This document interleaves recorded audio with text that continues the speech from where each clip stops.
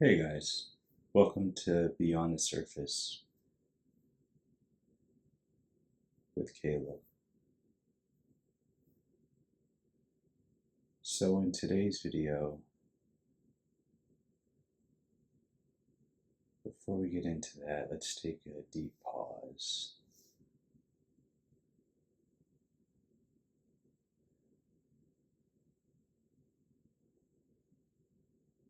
Relax our nervous system a little bit.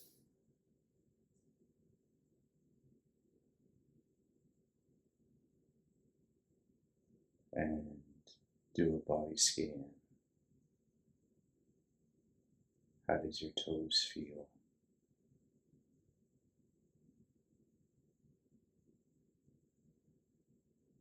How does your legs feel?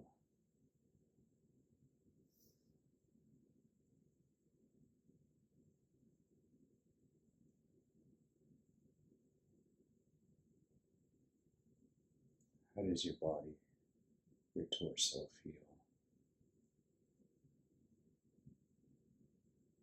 Is there any tightness anywhere?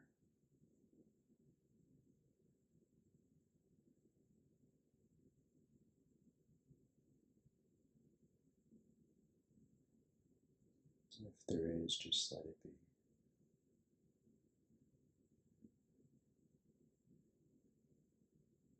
Today we're going to talk about anger and do a deep dive.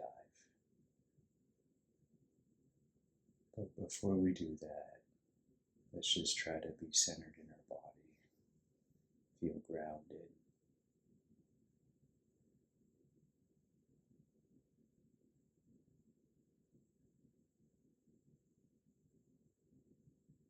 If there's any tension in your face, just take note of that. And just let it slowly relax.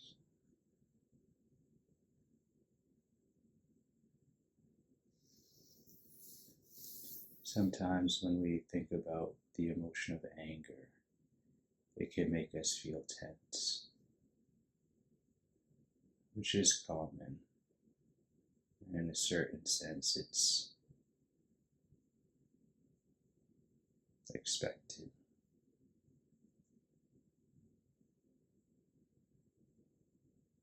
So in this video, because I know that talking about anger can cause tenseness, there may be periods in the video that I'll pause and have us try to get back into our body,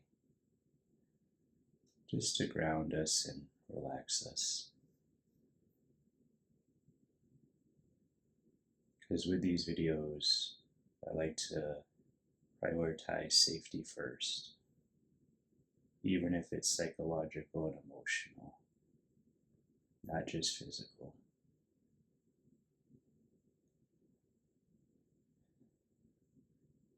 All right.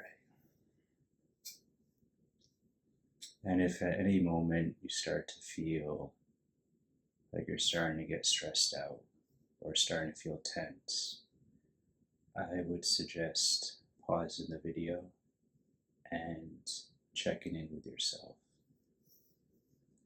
And if you have any trauma-related triggers that happen during this video, I strongly suggest that you don't finish the video and you use coping skills or resources that you're aware of that work for you. And if you're not aware of them, then I would reach out to someone and just to talk. All right. So, anger.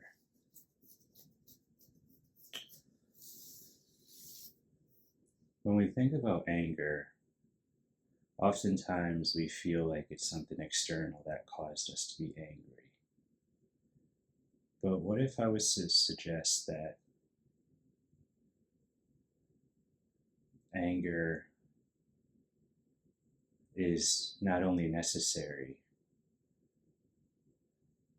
but also that it's your responsibility and your problem if you are angry.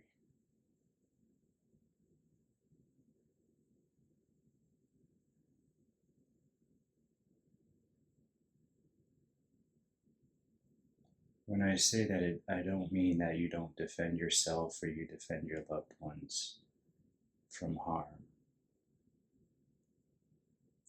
I'm talking about the type of anger that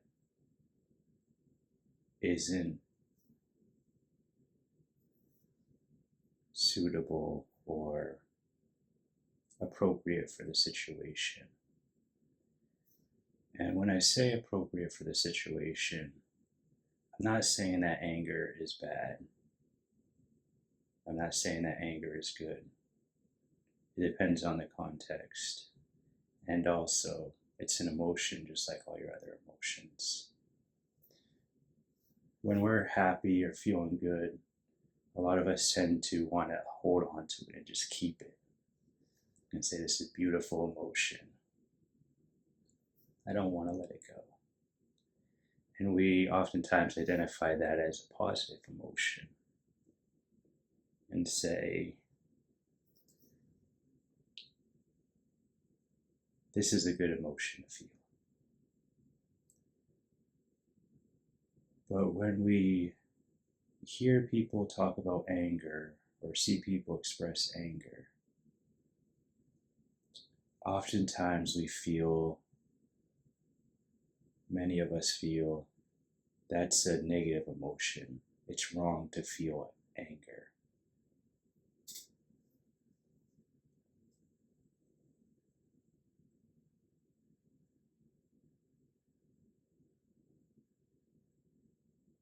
But anger is an emotion just like all your other emotions. In my opinion, feeling anger and having the thoughts associated with anger is not the problem. Is not the problem. Expressing it, how it's expressed, the actions that arise from it, and the stress and everything that comes from the emotion, that can be the problem.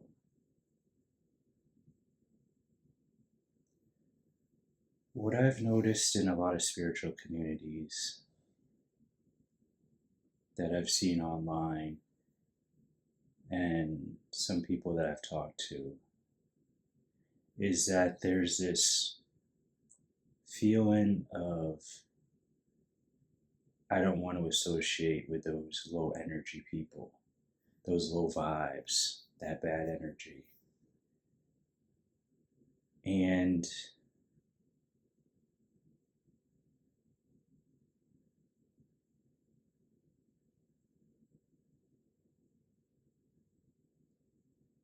to make that statement,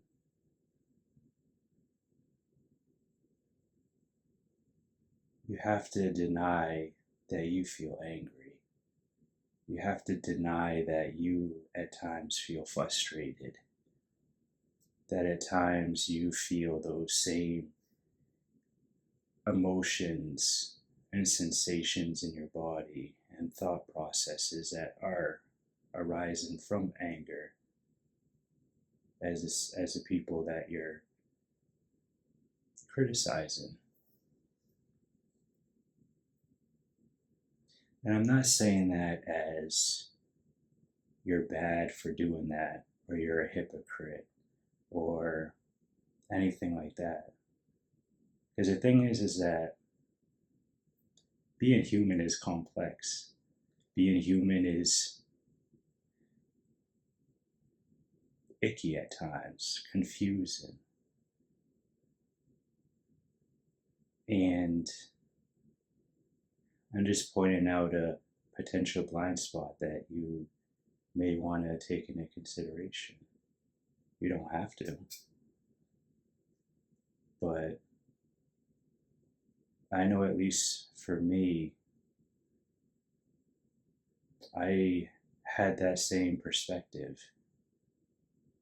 I don't want to hang around people that are low energy, that are angry all the time, that are disruptive and all this stuff. But I was also denying my own anger and denying my own frustration and stress and all this stuff, and I was projecting it externally onto people and situations. Now you may be thinking possibly that, does this mean we don't defend ourselves? If someone's attacking us physically, does that mean we don't defend ourselves? Does that mean that if someone's being emotionally abusive, we just say, oh, that's their ego and this is my ego, having this dance, and we don't do anything about it? Is that what you're saying? This is one of the tricky things that I've seen as well, is a lot of times the most compassionate, or a better way to frame it, is people that are high in empathy and high in compassion. Oftentimes they find themselves in situations with people that are abusive,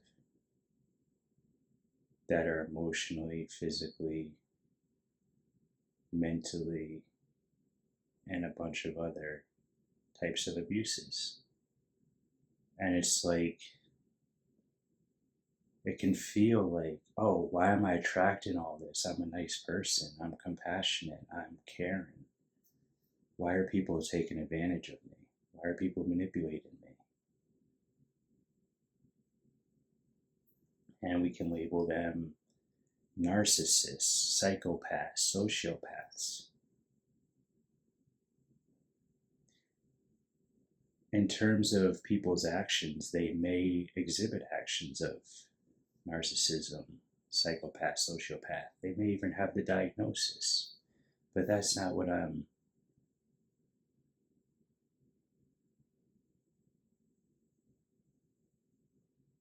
touching on.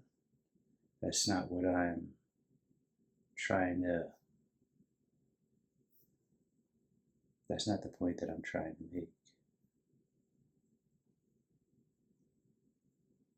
If there is people that are very emotionally abusive, physically abusive, psychologically abusive, and you've given them multiple, even one or two opportunities to change their behavior and set that boundary, and they still keep on doing it, in my opinion, the best option is to not associate with them. And if you have to associate them for some reason, whether it be at work or you find yourself in a situation that you can't immediately just leave,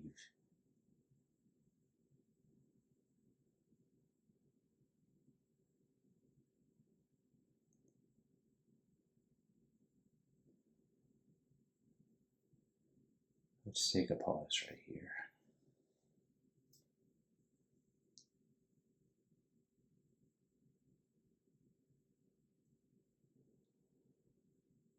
Let's feel into our bodies. Feel our feet, our toes can curl if you need to, or if you want to.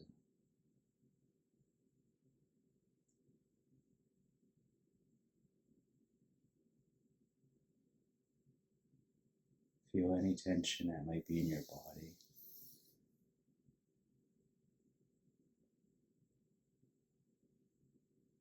I notice for me, I have a little bit of tension in my eyebrows, in my eyelids.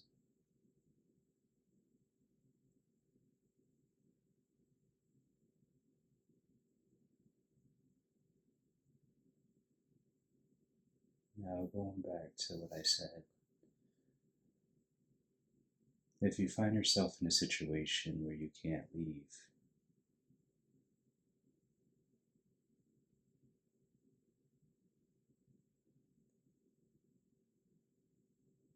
then inside you know what you have to do.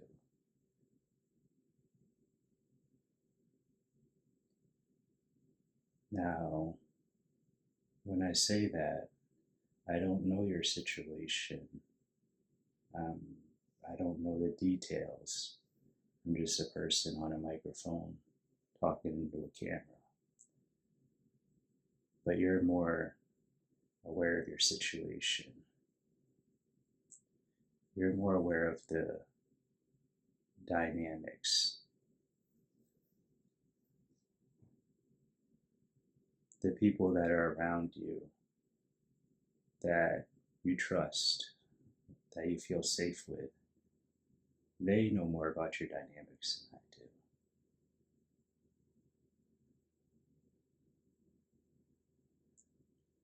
See, anger is, you might be able to tell, anger is something that I'm working on. Because I used to find myself oftentimes in situations that weren't healthy or beneficial for me because I was over compassionate, too empathetic, which I'm realizing is not bad traits. They only become problematic if there's not healthy boundaries.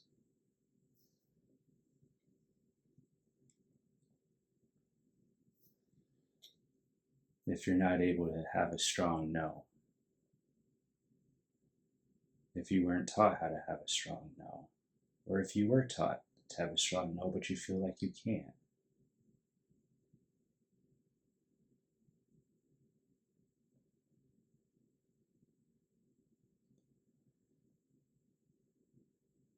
And anger is an emotion that can happen so quickly, it can take us over so quickly. I don't feel anger as much as I used to, but I've still noticed it from time to time in my body, in my thought patterns. Like, oh, this person shouldn't have said this.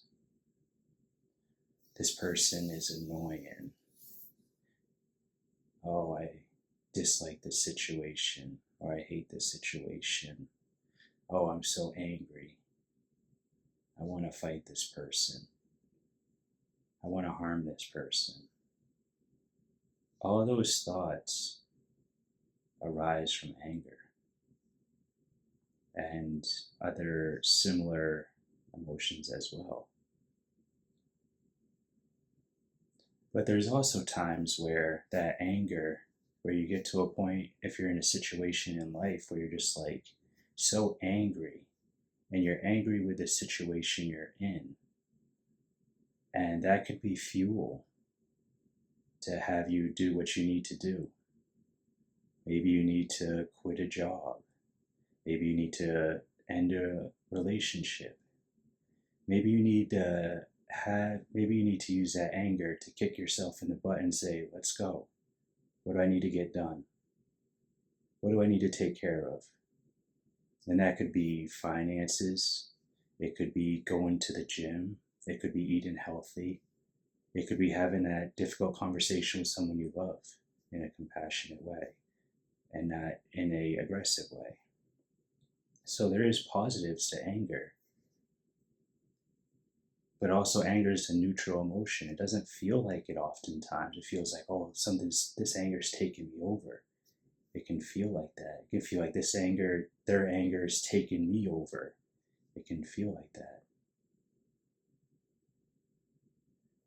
But anger, like all other emotions, is an emotion that can be used to motivate you, and it can also to motivate you in the short term or to demotivate you.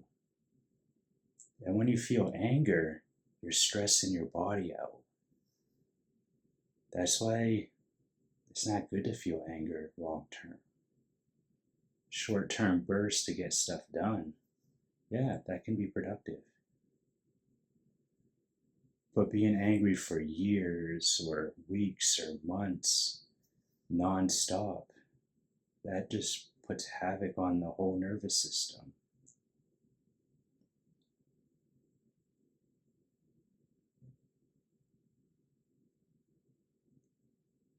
But it's also an emotion like all the other emotions.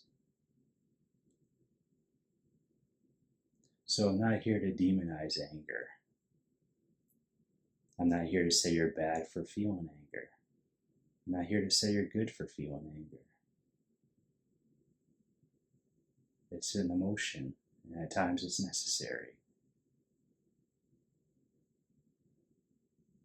I would even go so far as to say, if you're feeling angry, just like any other emotion, that's what is in that moment for you. So what good is it to push it away? To believe you're not feeling it? To believe it's not there? That's going to cause even more stress.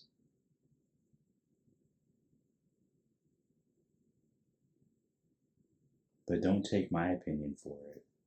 Discover for yourself. Find out for yourself if what I've said in this video is true or false in your experience.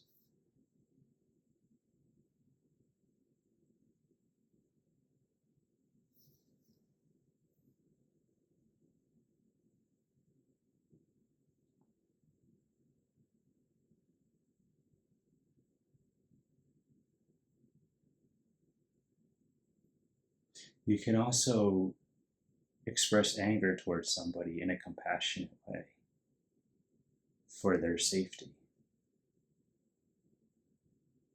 And sometimes it happens so quickly. Like, let's say you have a child that's running into the street. More often than not, you're going to feel anger, you're going to feel fear. And you're going to say, hey, what are you doing? Don't do that. And you're going to run and protect the child. You're feeling anger in that moment, oftentimes. You're yelling at the child.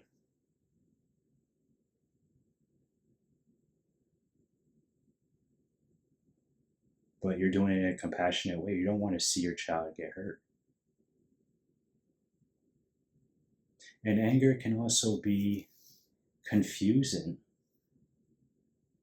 Like, even with that example, like, I don't have children myself, but I'm guessing that it's complex and confusing to, on one hand, wanting to protect your child that you love, and on the other hand, knowing that they're going to make mistakes, that they're going to feel pain, that they're going to have to go through consequences, and that in a certain sense you have to let them, no matter how painful it is for you. And if you don't have children, you could even apply that to your relationships, your family, people you care about. Sometimes the most compassionate thing you can do is to not help them financially, to not help them solve their problems, but to be a space that says, if you need someone to talk to, I'm here.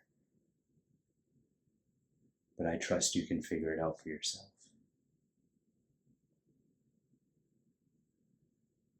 And that could also make you feel angry and express anger in a compassionate way, where you're saying, no, this is the last time I lend you money. You're going to have to figure it out for yourself. I love you and I want what's best for you. And this is why I'm setting this boundary. You can say that in anger. You can feel that anger. Depending on your relationship with that person, they can feel and sense your anger and still know it's coming from a loving place and there's no harm and no disruption within that relationship.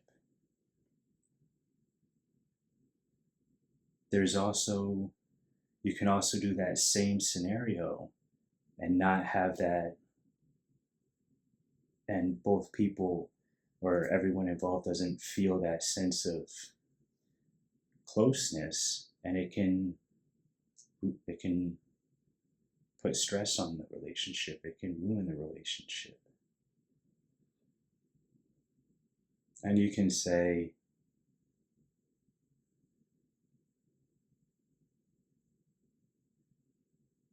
everything happens for a reason. And it does. But just because everything happens for a reason doesn't mean you still don't take action. You still open and close your hand. You still move your eyes. You still move your body parts. So you're still taking action even when you say everything happens for a reason. And maybe it does. Maybe it doesn't.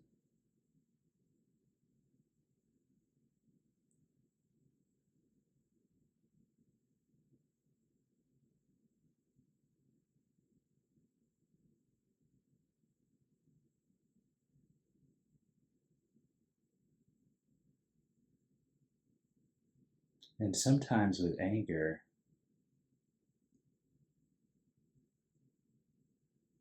we can feel like, oh, I wasn't angry. Like I suppressed my anger for so long that now I'm going to swing the pendulum to the other side and just put up a wall and have very rigid boundaries because I didn't have any boundaries before. Or vice versa, my boundaries were very rigid and now I want them to be more fluid.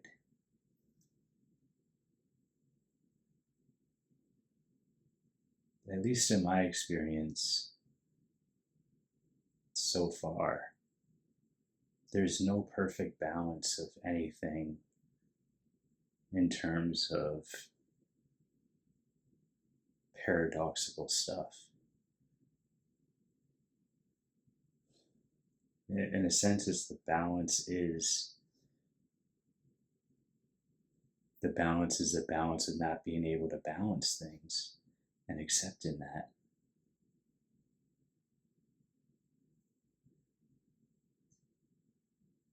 You know, you have anger in you.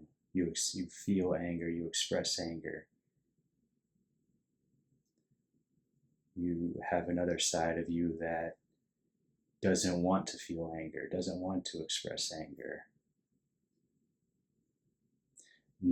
Realizes all the harm that it does with the body. That's why at times if you're feeling angry, you may avert your gaze at somebody. You may talk in a lower voice when you're really angry. You have your body tensing up like you're embracing to protect yourself, whether it's physically, emotionally, or mentally. Even if it's not a physical threat, most of the time it's psychological and emotional that produces anger.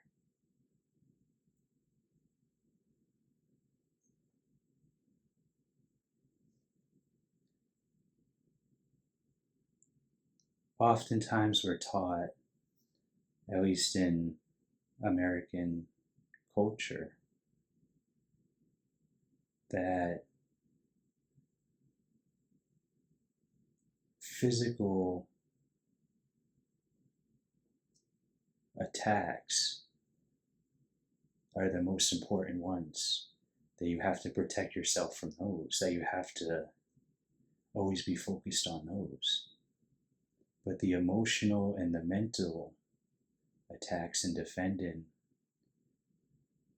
they're more recently being talked about more because we're seeing more of how it affects the body. And you could say, I'm not a doctor, I don't have any degrees, I don't have any certifications for this stuff. So how do I know? Well, I look on YouTube. I look at different articles. I experiment with it in myself when I'm feeling angry. How does my body feel? How do I feel afterwards? I feel more fatigued. I feel more tired. I feel more stressed. I feel like I have a headache. I feel tension in my eyes.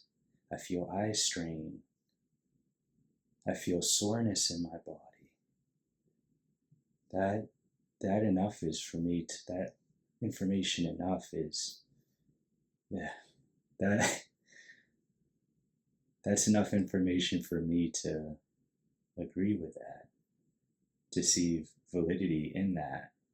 Feeling anger can cause all that. Someone says something you don't like. Do you feel yourself tense up? You're protecting yourself as if it's a physical attack. If you feel hurt by somebody, or you feel like they don't listen, or you feel betrayed, do you feel your body tense up? You're tensing up and bracing for an attack, but it's an emotional or a psychological attack. But it can feel, and often feels, as strong as a physical attack. And then you may notice that you have like a similar thought pattern that goes on, a similar emotional pattern that goes on too. Let's say you have a disagreement with somebody, and it's just a verbal disagreement. And then after the disagreement, you start thinking, this person shouldn't have talked to me like that. Who do they think they are? Next time I see them, I'm going to say this, this, and this, or I'm going to do this, this, and this. And you may notice that you have those similar or repetitive thoughts about this person and situation.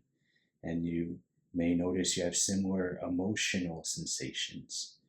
Maybe a part of your body is sore when you start thinking about this. And it just repeats and repeats and repeats. And then you finally see that person, and you feel like you have everything that you want to say, and everything that you feel comes right up and you say it to this person. Or you don't say it, but you still feel it. And then after you say it, you might feel a little better. And you may feel a little worse too. Like, oh, maybe I was too harsh. Or maybe I was justified for saying that. And then once you leave that interaction, you may notice the thoughts and the emotion patterns to continue repeating. Maybe they have a different flavor. Yeah, I really told this person. Yeah, no one talks to me like that. Who do they think they are? Yeah, I really told them. I really put them in their place.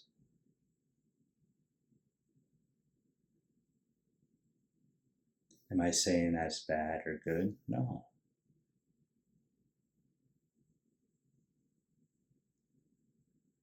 In some contexts, it may be what's needed. In other contexts, it may be something that was just over the top. It really depends on the situation.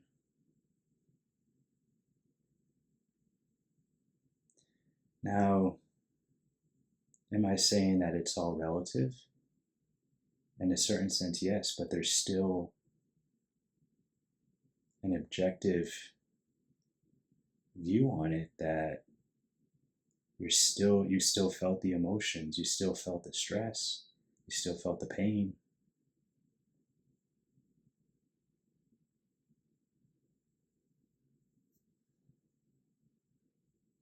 It's complex to be a human. To have our minds have an imagination, and to be able to, for many people to be able to visualize a situation or reflect on a memory.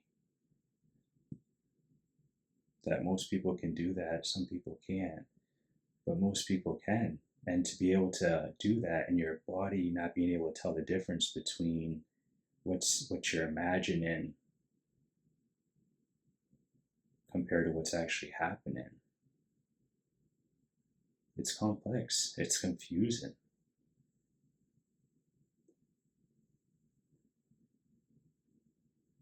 Like, for example, you can think of, to kind of round this into a practical example,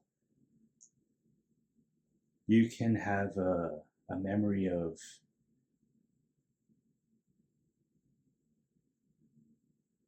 the first person you loved,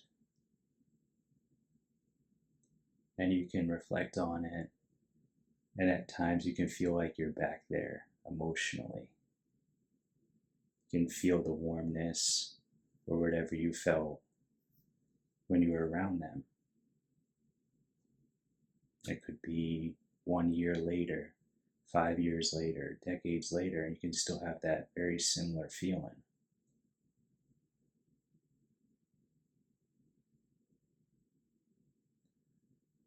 Now you can look around at your surroundings and say, yeah, this person's not here now.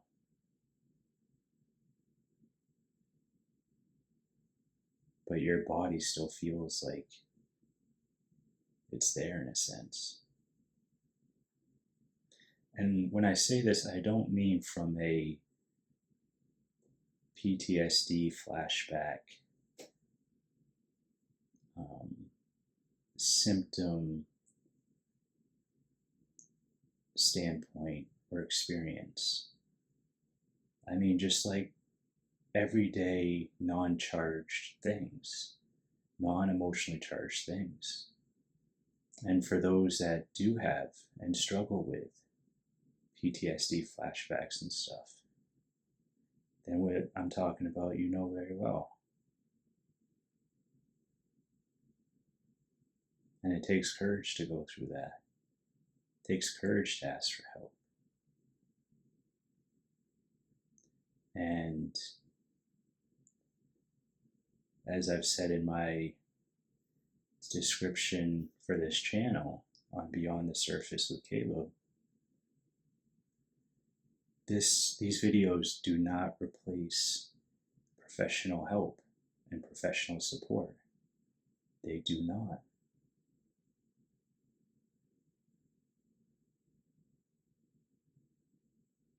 And there's nothing wrong with asking for help. There's a stigma towards it, yes. Will some people have opinions about you for you asking for help? Yes, most certainly. Will some people have judgments and criticisms of you? Yes. The question is, are you going to let other people's opinions stop you from growing? Stop you from getting the needs that you need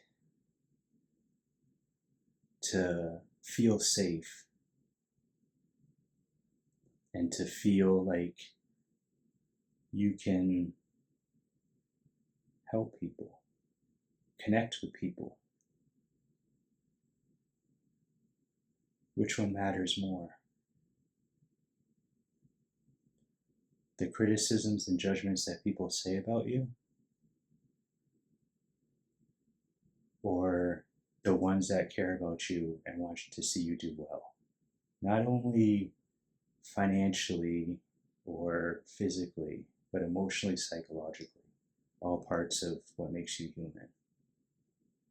Emotional, mental, physical, spiritual, if you consider yourself religious, or spiritual and not religious. When you are able to accept those different layers of yourself and have compassion with them, you can accept those more in other people. And that's something I'm still working on. So, but if I don't talk about these things, then I'm not helping other people and I'm not helping myself. Because oftentimes, talking about what we're going through and struggling with in a safe way is what can be healing and therapeutic.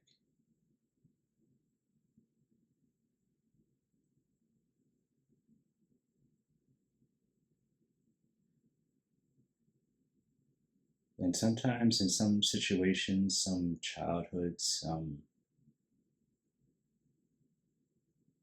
environments, anger is what's keeping you alive. The feeling and actions that when you're angry all the time, in some extreme environments, that's what's keeping you alive. Physically, emotionally, mentally alive. Where every moment you're not sure if you're going to survive, if you're going to still be here. So I used to think, and I used to feel that you can solve all problems with compassion and love.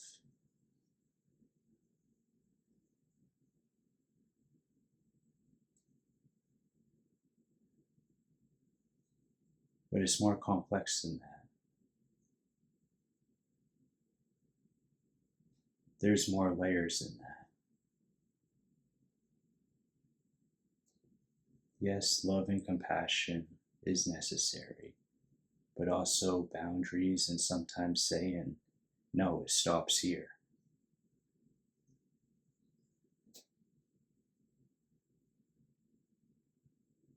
Again, this is just my opinion.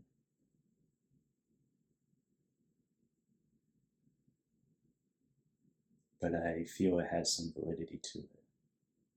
And also, just please keep in mind that with these videos, I have my own life experience. I have my own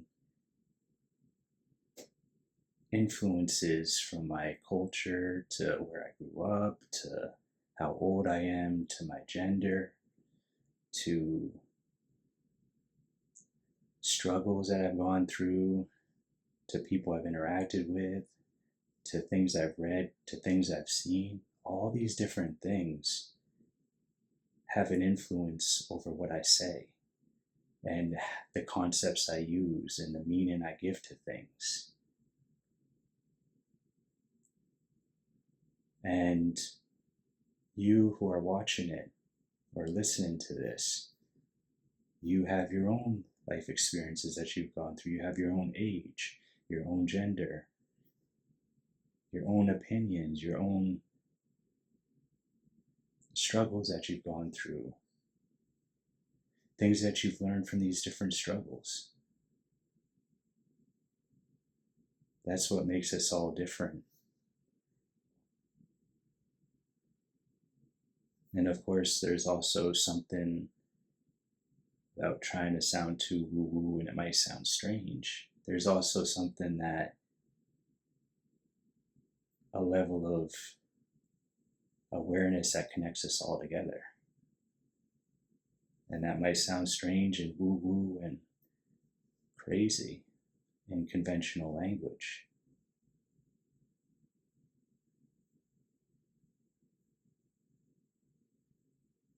But again, how do you deal with all these complexities?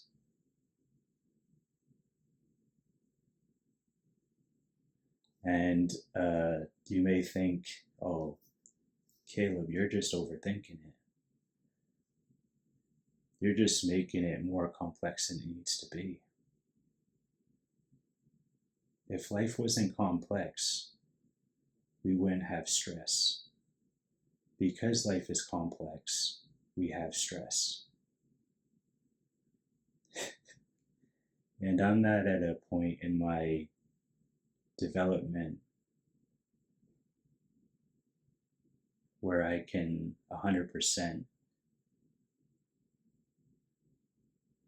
not feel stressed.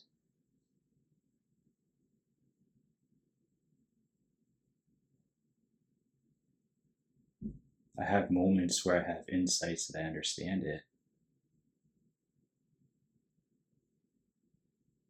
Like, experience it and get it. Where it's like just seeing the beauty in everything. But then after some time, my mind comes back in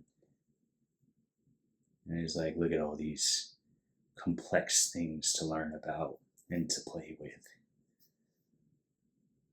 Let's try to figure it out. Let's try to rationalize it. Let's try to understand it. Let's talk about systems on systems on systems. How your body is a system. You have an emotional system with all these different emotions that cause different sensations in your body, and I can feel it when I do body scans, and then the thoughts and those thinking systems of science and spirituality and concepts and language and how different words can mean different things for different people, and spiritual concepts of different religions and different new age concepts and beliefs and practices and different yoga postures and all this different stuff. You have those spiritual concepts and systems and complexities, and there's a whole bunch of practicality to them, and you can learn a lot and gain a lot of understanding. And then there's also working out and how to move a certain muscle a certain way to get a good workout, to get more beneficial results. Move your leg or your arm in a couple inches to the left or the right when you do an exercise, and you can feel a difference, and you can feel a different muscle group engaging and strengthening, and just being like, oh, I didn't notice I had that muscle. All these complexities that is part of being human. At times I just get drawn right into that and find it fascinating.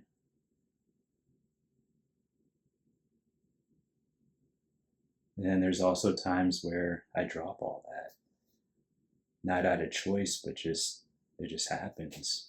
And I'm still aware of it all, still can talk about it all, still can do all the things necessary. But I see myself, metaphorically speaking, observing myself. And I don't mean in like a depersonalization or psychosis episode, because I'm still able to function. I'm still able to do what needs to get done. I'm still aware of everything about me, my age, what year it is, who the president is,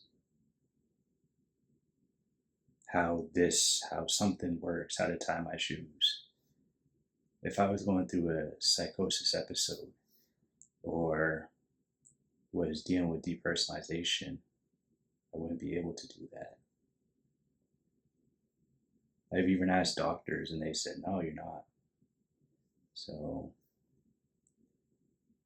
that may be a defense mechanism that you have if you do feel that. And I'm not saying it's bad or good. I used to have that same defense mechanism when I heard people talk about similar stuff that I talk about now.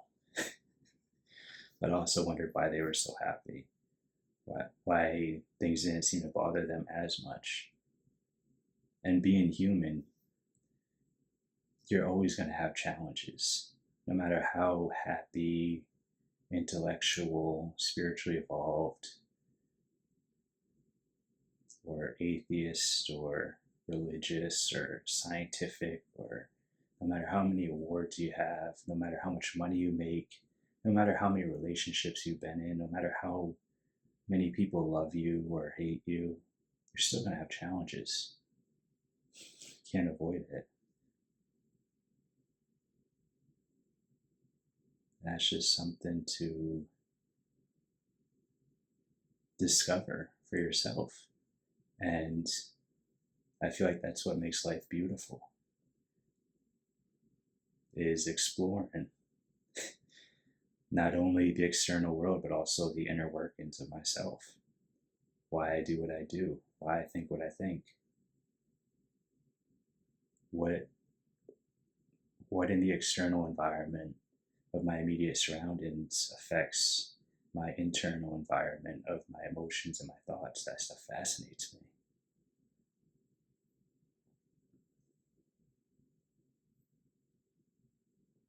But of course, I also have weaknesses. I dislike math so much. I don't like it. But there's a lot of value in it. And it's necessary to do. But I hate it. There's people that excel at it. Does that make my perspective better than theirs? In some situations, yes. In some situations, their perspective is better than mine. It really depends on the situation. Because there's different domains in our lives: financial, emotional, relational, physical, psychological, spiritual. And they're all layers of what it is to be human.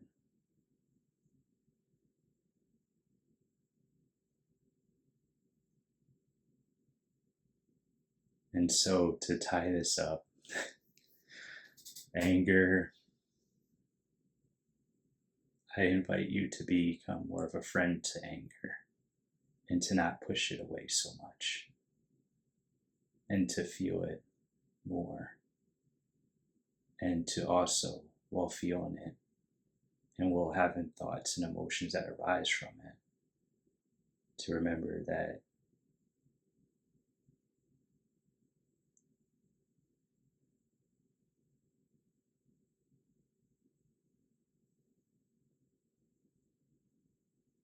many of you are responsible for how you handle it and how you work through it. And the people who aren't responsible, they still deal with the consequences. And then either they start to become aware of it and become more responsible on how they handle it and express it, or they don't. But at the end of the day, you have to do what's best for you to keep yourself safe.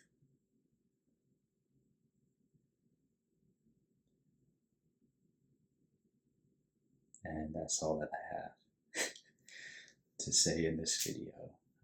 Thank you guys for watching, and if you've made it this far, I appreciate it. And if you could leave a comment down below on your perspective, I feel like that will be helpful for everybody. And until next time, see you guys. Take care.